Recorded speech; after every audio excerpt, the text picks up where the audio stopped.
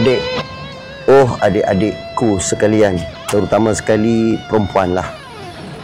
Dunia sekarang ni adik, nak kerja bukan senang. Nak dapat kerja bukan senang. Bila dapat kerja pun bukan senang.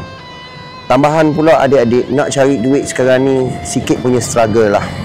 Walaupun adik masih lagi muda, peluang adik, kehidupan adik masih lagi panjang, tetapi abang nak bagi tahu dekat adik-adik semua lah kan, dunia hari ni dah tak seperti macam yang dulu lagi.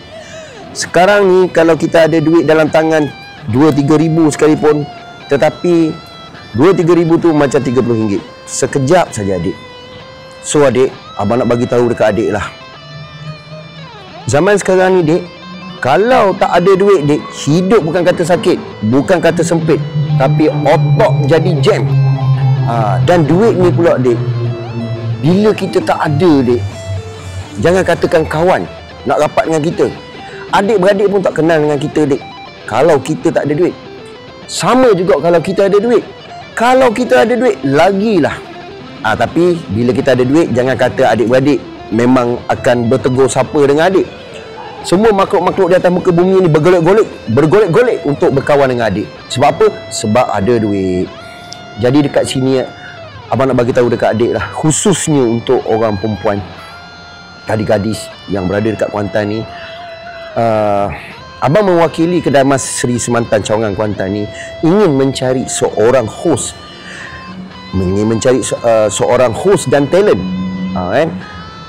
Kita nak gilap dia, kita nak uji bakat dia. Adakah dia orang yang terpilih untuk menjadi host dan talent di Kedai Emas Seri Semantan ni? Okey, jadi abang nak membuka peluang ni kepada adik-adik, khususnya adik-adik remaja yang baru lepas sekolah, yang tak ada kerja lagi, yang masih menganggur tetapi ada bakat untuk menjadi pengacara ke, untuk menjadi talent dengan kita orang. So macam mana? Nanti boleh DM abang.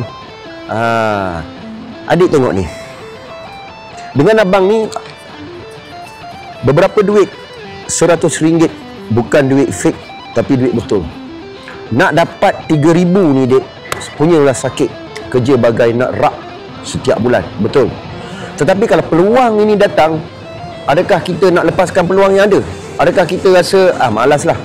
Ya, abang tahu kerja untuk menjadi host dan talent ni bukan senang. Tak semua korang adik-adik perempuan ni yang berminat ataupun berkeupayaan, ada bakat untuk jadi talent dan host. Ya, abang tahu. Tapi kita ada peluang untuk kita train sampai korang jadi. Jadi macam itulah adik. Fikir-fikirkanlah. Sekiranya adik berminat, adik DM lah Abang Bon. Abang Bon sebenarnya rasa sedih sangat. Sedih sebab apa? Sebab tak sampai 2-3 hari Abang Bon dah dapat 10 orang sebenarnya. 10 orang yang berminat katanya untuk menjadi host dan talent ni.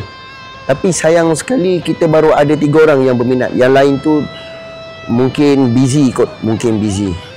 Adik, sekiranya adik terpilih, insya-Allah ada ganjaran daripada HQ.